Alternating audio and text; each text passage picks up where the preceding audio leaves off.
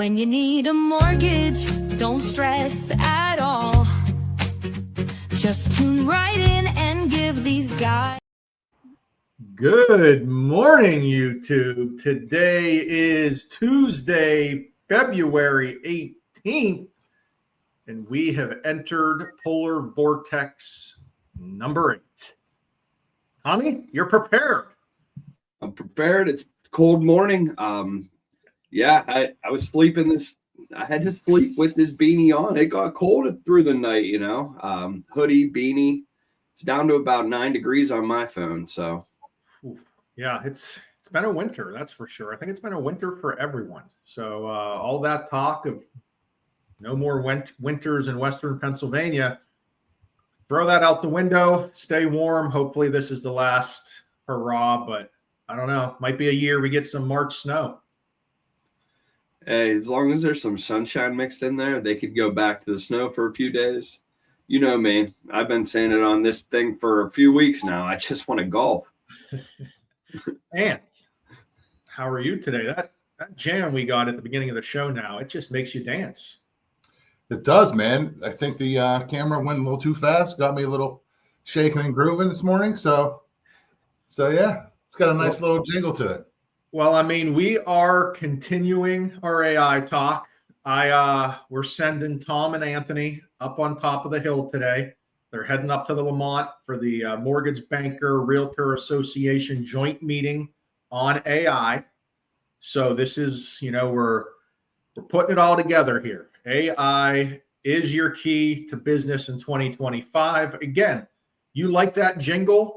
The jingle that talks about Tom, Ryan, and Anthony giving mortgages? No, we didn't pay someone to make a song for us. We used AI. And again, we're going to talk more about AI today. Going to get more into probably the most popular version of AI, ChatGPT. That's kind of the Google right now of AI. But it's not the only one. There are probably thousands of different AI components or systems that you can use. You just have to find the one that works best for you. There are visual, there's audio, there's simply typing and getting responses like Tom's going to show you here in a little bit. But one thing that I actually learned yesterday before I throw it to Tom is he sent me a personality test. And you're actually, if you're going to be using AI, and this is, again, I'm learning as we go too, you can take one of these personality tests so the AI sounds more and knows, more like you. That's how it works, Tommy? That is exactly how it works. So what you'd want to do is go to a personality website. I'm sure you've done it in high school or middle school to try to figure out what career is going to be best for you. We've all done them, but that's what you want to do. And there are multiple ones that you could find on the internet. My favorite one is actually 16 personalities. It gives you a little bit interactive question and answer as you go through.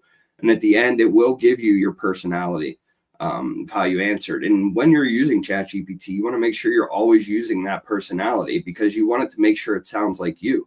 People have talked to you in the past. They understand how you talk.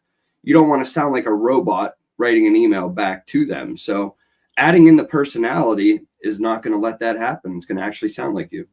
Yeah, I think that is key, Anth, right? You don't want to use ChatGPT or AI in business and the person receiving the email, or if you're talking to someone through a script, that it doesn't sound like you whatsoever.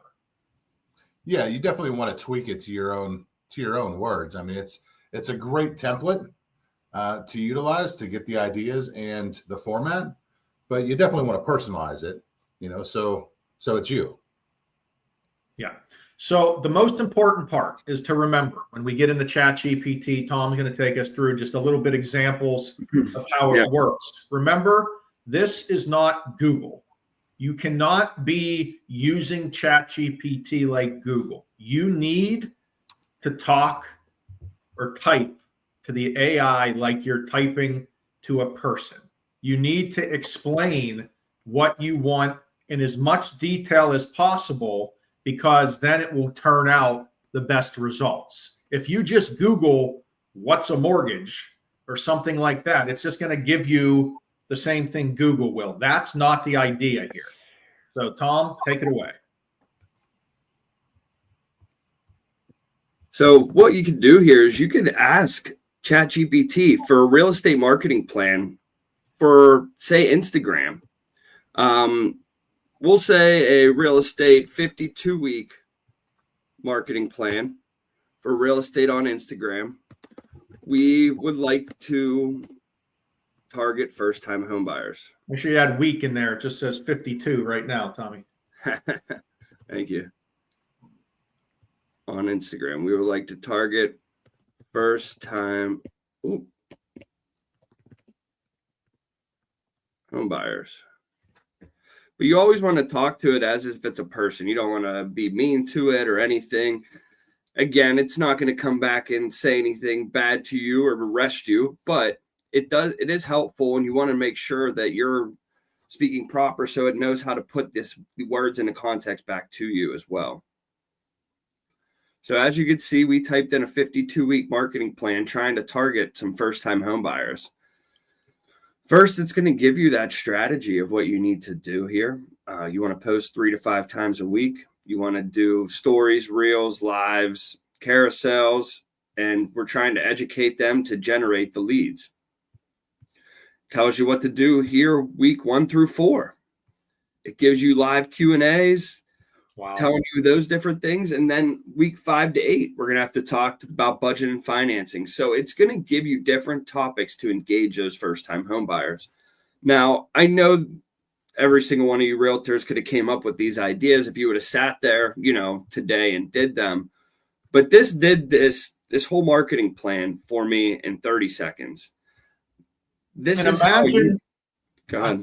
I'm just saying, imagine what you would pay someone to go to a marketing class or to pay a quote unquote professional that would come up with this whole plan for you, which I think is just amazing. Not only is it telling you what to do, because I think that's the most important. When you hear social media, you have to engage in different ways. You need to post on Instagram. You need to make a reel. You need to make a carousel. You need to do all these different story posts. And frankly, if you don't know what those different things are, you're already behind the 8 ball. But this is like, it just makes it too easy for you. I mean, yeah, this is just one example of, how it could help you as an agent. We use ChatGPT constantly in our daily lives. I know for mine, Ryan was talking about the personality test. I do use ChatGPT for pretty much all of my emails, whether they're pre-written emails by ChatGPT and I edit it to get the ideas, or it helps you answer a question. You could do it any which way, but it is very important to have that personality test. So the other website I have is 16 Personalities. Go to that, get out your, maybe Ryan will even put it in the email out to everybody today, the 16 Personalities. So your personality. My personality, I'm got the executive, I'm the ESTJ.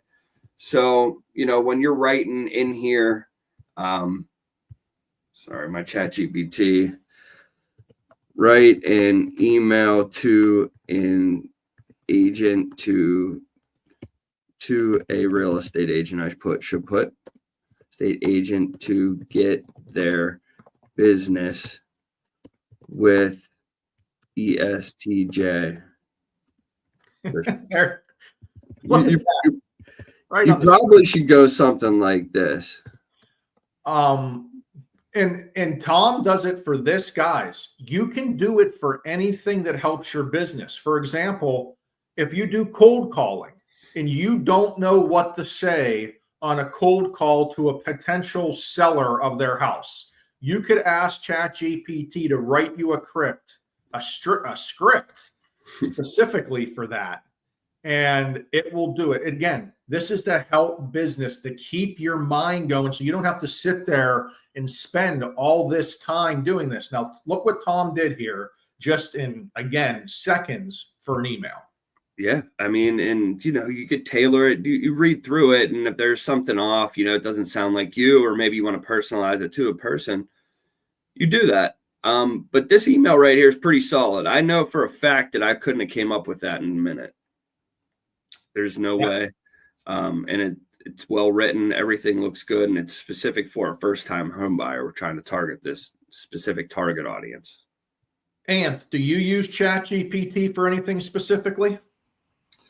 Yeah, for sure. I mean, it's a great system. I mean, I'll use it for emails like Tom, and just some marketing pieces, but also when I'm doing an open house flyer, instead of putting just that whole paragraph in there on the open house flyer, I'll actually, if you take the description, throw it in ChatGPT and ask it for a professional listing description.